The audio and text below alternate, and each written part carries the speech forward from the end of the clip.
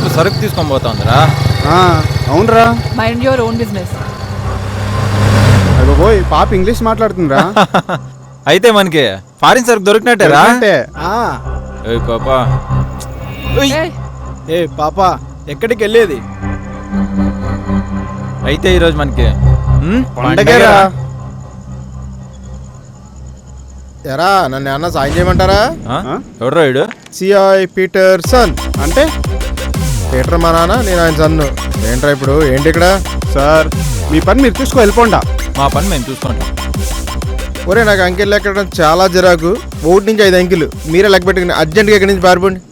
అయ్యి బాబు బెబ్బెడుతున్నాడు రా.